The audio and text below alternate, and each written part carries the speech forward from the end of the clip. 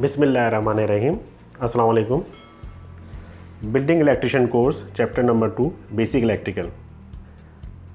आज का हमारा उन्वान है बुनियादी इलेक्ट्रिकल। बुनियादी बातों का मतलब है इलेक्ट्रिकल की बहुत अहम बातें जिनको जाने बगैर इलेक्ट्रिशियन नहीं बन सकते। अब अगर आप इलेक्ट्रिशियन हैं तो ये देखें कि आपको किन किन बातों का पता है, और अगर आप इलेक्ट्रिशियन नहीं हैं तो आप इन बातों को अच्छी तरह समझ लें। एक इलेक्ट्रिशियन को इलेक्ट्रिकल की 5 बुनियादी चीज़ों के बारे में मालूम होना बहुत ज़रूरी है। Number 1 voltage, number 2 current, number 3 resistance, number 4 wattage और नंबर 5 फ्रीक्वेंसी। आपने अक्सर इलेक्ट्रिशियन से लफ्ज़ लोड सुना होगा। लोड इंग्लिश का लफ्ज़ है जिसके मायने बोझ के हैं। ये इलेक्ट्रिकल का नहीं बल्कि आम बोलचाल का लफ्ज़ है। मसलन इस मेज़ पर लोड ना डालें, ये टूट जाएगी। लेकिन अक्सर इलेक्ट्रिशियन इस लफ्ज़ का इस्तेमाल बहुत ज़्यादा करते हैं। दरअसल वो इन 5 इलेक्ट्रिकल की चीज़ों वोल्टेज, करंट, रेजिस्टेंस, वाटेज और फ्रीक्वेंसी में से किसी एक चीज़ को लोड कहते हैं। आपके ख्याल में वो कौन सी चीज़ है जिसे लोड कहा जाता है? जी हाँ, दरअसल करंट को ही लोड कहा जाता है। आपने अक्सर इलेक्ट्रिशियन से लफ्ज़ सप्लाई सुना होगा। सप्लाई भी इंग्लिश का लफ्ज़ है जिसके मायने फ्राहमी है। ये भी इलेक्ट्रिकल का नहीं बल्कि आम बोलचाल का लफ्ज़ है। मसलन वो दुकान के लिए सामान सप्लाई का काम करता है। लेकिन अक्सर इलेक्ट्रिशियन भी इस सप्लाई लफ्ज़ का इस्तेमाल बहुत ज़्यादा करते हैं। दरअसल सप्लाई भी इन 5 इलेक्ट्रिकल की चीज़ों वोल्टेज, करंट, रेजिस्टेंस, वाटेज और फ्रीक्वेंसी में से 2 चीज़ों को कहते हैं। आपके ख्याल में वो कौन सी चीज़ें हैं जिनको सप्लाई कहते हैं? जी हाँ, वोल्टेज और फ्रीक्वेंसी को सप्लाई कहते हैं। इन 5 इलेक्ट्रिकल की चीज़ों में से इलेक्ट्रिकल पावर किसको कहते हैं? जी हाँ, वाटेज को इलेक्ट्रिकल पावर भी कहते हैं। मैं इस चैप्टर में आपको इन 5 ही चीज़ों के बारे में तफसील से बताऊंगा कि ये 5 चीज़ें इलेक्ट्रिकल में किस तरह एक साथ काम करती हैं और इनका मकसद क्या है। इलेक्ट्रिकल की कोई भी नई चीज़ बनानी हो या पुरानी चीज़ ठीक करना हो या उसकी वायरिंग करनी हो, इन 5 चीज़ों वोल्टेज, करंट, रेजिस्टेंस, वाटेज और फ्रीक्वेंसी को मद्देनज़र रखना बहुत ज़रूरी है, और इनके बगैर ये काम नामुमकिन है। जिस तरह किसी इंसान के किरदार को जानने के लिए उसके हर पहलू पर गौर करना ज़रूरी होता है, जैसे वो बहैसियत बेटा क्या खासियत रखता है, या बहैसियत भाई क्या खासियत है उसकी, बहैसियत शौहर क्या खासियत रखता है, या बहैसियत बाप क्या खासियत रखता है। वो है एक इंसान ही, लेकिन हर किरदार में उसकी खासियत मुख्तलिफ ही होगी।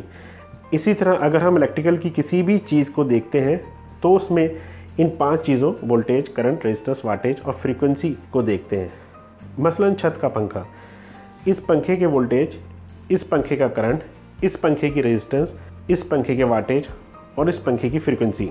यानी इलेक्ट्रिकल की किसी भी चीज़ का तज्जिया इन 5 चीज़ों को चेक करके ही करेंगे, चाहे वो सर्किट में लगे बगैर एक तार ही क्यों ना हो जो आपके हाथ में है। इस तार की वोल्टेज गुजारने की सलाहियत कितनी है, इस तार की करंट गुजारने की सलाहियत कितनी है, इस तार की रेजिस्टेंस कितनी है, इस तार के वाटेज यानी पावर को गुजारने की सलाहियत कितनी है, इस तार की फ्रीक्वेंसी गुजारने की सलाहियत कितनी है। गैर इलेक्ट्रिकल की हर चीज़ इन 5 चीज़ों वोल्टेज, करंट, रेजिस्टेंस, वाटेज और फ्रीक्वेंसी की जांच से ही बनती हैं। इनकी वायरिंग होती है और अगर ख़राब हो जाए तो ठीक भी होती हैं। इन 5 चीज़ों को अच्छी तरह इसी तरतीब से याद कर लें। यूनिट्स ऑफ मेजरमेंट, नापने के पैमाने। नापने के पैमाने को यूनिट कहते हैं। दुनिया में किसी भी चीज़ को नापने के लिए मुख्तलिफ पैमाने यानी यूनिट्स इस्तेमाल किए जाते हैं।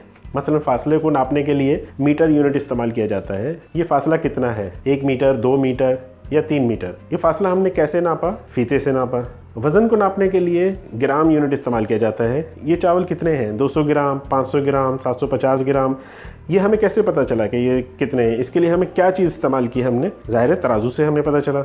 माया यानी लिक्विड चीज़ों को नापने के लिए लीटर यूनिट इस्तेमाल किया जाता है। ये दूध कितना है, 1 लीटर, 2 लीटर, 3 लीटर। ये हमें कैसे पता चला कि ये 1 लीटर है, 2 लीटर है? ज़ाहिर है उसको एक मग्घे से नापते हैं। यहाँ पर फासला, चावल या दूध तो वो चीज़ें हैं जिनको नापा जा रहा है। मीटर, ग्राम या लीटर यूनिट कहलाते हैं। तराजू, फीता या मग्घा जो वो चीज़ें हैं जिनसे वो नापा गया है या जिससे उसकी जांच हुई है। अब इलेक्ट्रिकल में जो 5 चीज़ें हैं वोल्टेज, करंट, रेजिस्टेंस, वाटेज और फ्रीक्वेंसी, इनको नापने के लिए जो पैमाने इस्तेमाल किए जाते हैं उनकी तरतीब कुछ इस तरह से है। नंबर 1, वोल्टेज को नापने के लिए वोल्ट यूनिट इस्तेमाल किया जाता है। ये वोल्टेज कितने हैं, 1 वोल्ट, 2 वोल्ट, 3 वोल्ट। ये हमें कैसे पता चला या इसको हमने कैसे नापा? वोल्ट मीटर से। वोल्टेज को चेक करने के लिए वोल्ट मीटर का इस्तेमाल किया जाता है। नंबर 2, करंट को नापने के लिए एम्पेयर यूनिट इस्तेमाल किया जाता है। ये करंट कितना है, 1 एम्पेयर, 2 एम्पेयर, 3 एम्पेयर। हमने करंट को कैसे चेक किया या कैसे नापा? ज़ाहिर है इसको नापने के लिए एम्पेयर मीटर इस्तेमाल करते हैं। यहाँ पर आपने देखा कि वोल्टेज और करंट दोनों बहुत मुख्तलिफ चीज़ें हैं। इनके यूनिट्स भी मुख्तलिफ हैं और इनके मीटर भी मुख्तलिफ हैं। इनको चेक करने का तरीका भी बहुत मुख्तलिफ है।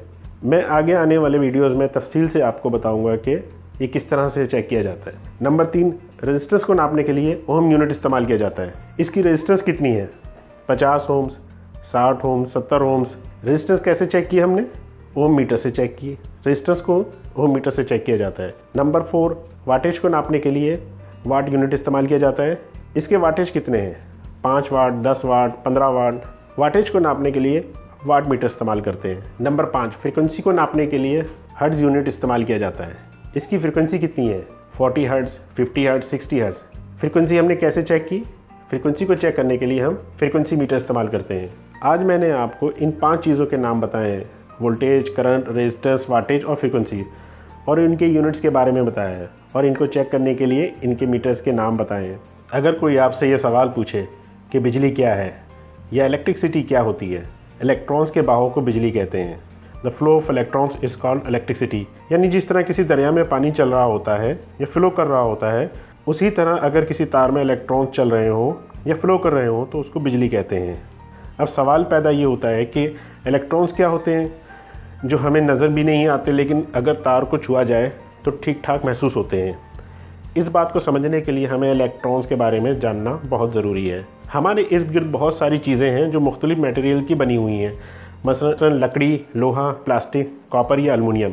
किसी भी मटेरियल का छोटे से छोटा ज़रा जो मज़ीद छोटा ना हो सके उसको एटम कहते हैं। मसलन लकड़ी एक मटेरियल है। अगर हम लकड़ी को तोड़कर छोटा करते चले जाएं और ज़र्रा ज़र्रा करने के बाद एक ज़र्रे को मज़ीद छोटा करें, उसको इतना छोटा कर दें कि वो मज़ीद छोटा ना हो सके, तो उस छोटे ज़र्रे को एटम कहते हैं। एटम के बारे में मैंने आपको बताया था कि किसी भी मटेरियल का छोटे से छोटा ज़र्रा जो मज़ीद छोटा ना हो सके उसको एटम कहते हैं। एक एटम में 3 किस्म के ज़र्रात होते हैं। एक प्रोटॉन कहलाता है जिस पर पॉजिटिव चार्ज होता है। दूसरा ज़र्रा उसको न्यूट्रॉन कहते हैं जिस पर कोई चार्ज नहीं होता। तीसरा ज़र्रा जो प्रोटॉन और न्यूट्रॉन के गिर्द चक्कर लगाता रहता है उसको इलेक्ट्रॉन्स कहते हैं और इस पर नेगेटिव चार्ज होता है। अब आप नाम से तो पहचान गए होंगे, जी हाँ, ये वही इलेक्ट्रॉन्स है जिसके बारे में मैंने आपको बताया था कि इलेक्ट्रॉन्स के बहाव को बिजली कहते हैं। और मैं आपको बताऊंगा कि इलेक्ट्रॉन से बिजली किस तरह बनाई जाती है। जैसा कि मैंने आपको पहले बताया था कि इलेक्ट्रॉन्स प्रोटॉन और न्यूट्रॉन के गिर्द चक्कर लगाते रहते हैं, क्योंकि प्रोटॉन में पॉजिटिव चार्ज होता है और इलेक्ट्रॉन्स में नेगेटिव चार्ज होता है। इसलिए प्रोटॉन इलेक्ट्रॉन्स को अपनी तरफ खींचता है, जिसकी वजह से इलेक्ट्रॉन प्रोटॉन और न्यूट्रॉन के गिर्द चक्कर लगाता रहता है। इलेक्ट्रिकल के पेशे में दुनिया में पाए जाने वाले जितने भी मटेरियल हैं उनको 2 बड़े ग्रुपों में तकसीम किया जाता है। नंबर 1, वो मटेरियल जिनमें से बिजली गुजर जाती है, मसलन लोहा, पीतल, तांबा वगैरह। और नंबर 2, वो मटेरियल जिनमें से बिजली नहीं गुजर सकती, मसलन प्लास्टिक, शीशा, रबड़ वगैरह।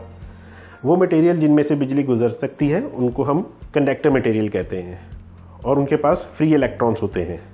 और वो मटेरियल जिनमें से बिजली नहीं गुजर सकती उनको हम इंसुलेटर मटेरियल कहते हैं, उनके पास फ्री इलेक्ट्रॉन्स नहीं होते। दुनिया के हर मटेरियल के एटम में प्रोटॉन, न्यूट्रॉन और इलेक्ट्रॉन्स होते हैं, लेकिन बिजली सिर्फ उन्हीं मटेरियल में से गुजर सकती है जिनके पास फ्री इलेक्ट्रॉन्स होते हैं, मसलन कॉपर या एल्युमिनियम वगैरह। ये फ्री इलेक्ट्रॉन्स क्या होते हैं? एक एटम के फ्री इलेक्ट्रॉन्स वो इलेक्ट्रॉन्स होते हैं जो प्रोटॉन से ज़्यादा दूरी पर होते हैं, जिन पर प्रोटॉन की गिरफ्त कमज़ोर होती है। हम उन्हीं इलेक्ट्रॉन्स को फ्लो करवाकर बिजली बनाते हैं। कैसे, ये मैं आपको बताता हूँ। बिजली को फ्लो करवाने के लिए हम कॉपर की तार इस्तेमाल करते हैं। कॉपर एक मटेरियल है। ये मटेरियल बहुत सारे छोटे छोटे ज़र्रों यानी एटम से मिलकर बनता है। कॉपर के एक एटम में 29 इलेक्ट्रॉन्स होते हैं। हम कॉपर की तार को जनरेटर से जोड़ते हैं। जब जनरेटर को ऑन किया जाता है तो उसमें मकनातीसी मैदान पैदा होता है और इस मकनातीसी मैदान के ज़रिए हम कॉपर के पहले एक एटम के 29 इलेक्ट्रॉन में से एक इलेक्ट्रॉन को बराबर वाले दूसरे एटम में डाल देते हैं। अब पहले वाले एटम में 29 से 28 इलेक्ट्रॉन्स रह जाते हैं और दूसरे एटम में एक इजाफे के साथ 29 से 30 इलेक्ट्रॉन्स हो जाते हैं। बस हमारा इतना ही काम होता है। हर एटम की एक कुदरती खासियत है कि वो अपने आप को खुद ही बराबर करता है। दूसरा एटम जो 30 इलेक्ट्रॉन्स का हो गया है वो अब अपना एक इलेक्ट्रॉन तीसरे एटम को दे देता है और ख़ुद को 29 इलेक्ट्रॉन्स कर देता है। अब तीसरा एटम जो 30 इलेक्ट्रॉन्स का हो जाता है तो वो अपना एक इलेक्ट्रॉन चौथे एटम को दे देता है। इस तरह तमाम एटम अपना एक इजाफी इलेक्ट्रॉन आगे बढ़ाते रहते हैं। इसको इलेक्ट्रॉन्स का फ़्लो कहते हैं और इसी इलेक्ट्रॉन्स के फ़्लो को बिजली या इलेक्ट्रिसिटी कहते हैं। जनरेटर से या घर के स्विच बोर्ड में जिस तार से बिजली आ रही होती है उसे फेस कहते हैं और ये तार अमूमन लाल रंग का होता है। और बिजली से चलने वाले आलात से गुजरकर जहाँ यह बिजली जा रही होती है उसके दो रास्ते होते हैं, एक सही रास्ता यानी उसे न्यूट्रल कहते हैं और ये तार अमूमन काले रंग का होता है। और इस रास्ते में अगर कोई ख़राबी आ जाए तो हिफाजत के तौर पर दूसरा रास्ता दे दिया जाता है जिसे अर्थिंग कहते हैं। अर्थिंग तार का इस्तेमाल सिर्फ इंसानी जान की हिफाजत के लिए होता है और इसका कोई और मकसद नहीं होता। कुछ लोग घरों में अर्थिंग को न्यूट्रल के तौर पर इस्तेमाल करते हैं जो इंतहाई ख़तरनाक है। घरों में लगे खुले स्विच बोर्ड में फेस के लाल तार को छुआ जाए तो बिजली का झटका लगता है और अगर न्यूट्रल काली तार को छुआ जाए तो कुछ नहीं होता। अब एक और सर्किट देखते हैं। फेस की तार से इलेक्ट्रॉन्स बल्ब से गुजरकर न्यूट्रल से वापस जा रहे हैं।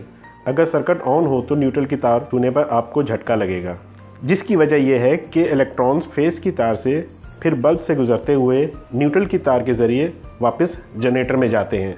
कुछ इलेक्ट्रीशियन ये गलती करते हैं कि फेस को घर के तमाम सर्किट से गुजार कर न्यूट्रल के तार को अर्थ कर देते हैं। इससे घर के तमाम बिजली की चीज़ें चलेंगी ज़रूर क्योंकि इलेक्ट्रॉन्स फ्लो तो कर रहे हैं, मगर न्यूट्रल ओपन होने की वजह से घर के अफराद की जान को ख़तरा होगा। लिहाजा अर्थिंग को न्यूट्रल की जगह पर कभी भी इस्तेमाल नहीं करना चाहिए। इनके बारे में मैं आपको तफसील से एक अलहदा अर्थिंग की क्लास में बताऊंगा। किसी भी इंसान की सेहत का दारोमदार उसके जिस्म के अंदर रगों में बहने वाले खून के बेहतर बहाव पर होता है। अगर डॉक्टरों को किसी मर्ज़ की तशख़ीस करना होती है तो वो इंसानी रगों में बहने वाले खून के मुख्तलिफ टेस्ट का मशवरा देते हैं। इलेक्ट्रिकल में भी कुछ ऐसा ही है। इलेक्ट्रिकल में तारों का निज़ाम और इलेक्ट्रिकल से चलने वाले आलात के सर्किट में जो इलेक्ट्रॉन्स फ्लो कर रहे होते हैं उनके 5 बुनियादी टेस्ट से इलेक्ट्रिकल निज़ाम और आलात की कारकर्दगी को बेहतर बनाया जाता है। और ये 5 बुनियादी टेस्ट हैं वोल्टेज, करंट, रेजिस्टेंस, वाटेज और फ्रीक्वेंसी। तार में इलेक्ट्रॉन्स के बहाव को बिजली कहते हैं। अगर इलेक्ट्रॉन्स की रफ्तार या दबाव प्रेशर को चेक करना हो तो उसे वोल्टेज कहते हैं। The force which flow of electrons is called voltage. अगर इलेक्ट्रॉन्स के फ्लो में गुजरने वाले इलेक्ट्रॉन्स की तादाद को मालूम करना हो तो उसे करंट कहते हैं। The rate of flow of electrons is called current. अगर इलेक्ट्रॉन्स के फ्लो में कोई रुकावट पैदा हो रही हो तो इस चेक को रेजिस्टेंस कहते हैं। Opposition offered to the flow of electrons is called resistance. काम एक ही हो रहा है, यानी इलेक्ट्रॉन्स फ्लो कर रहे हैं। इनकी रफ्तार को चेक करना हो कि कितनी तेज़ी से गुजर रहे हैं तो वोल्टेज कहलाता है। उनकी तादाद को चेक करना हो कि कितने गुजर रहे हैं तो करंट कहलाता है। और अगर इनके गुजरने में कोई रुकावट हो तो उसका चेक रेजिस्टेंस कहलाता है।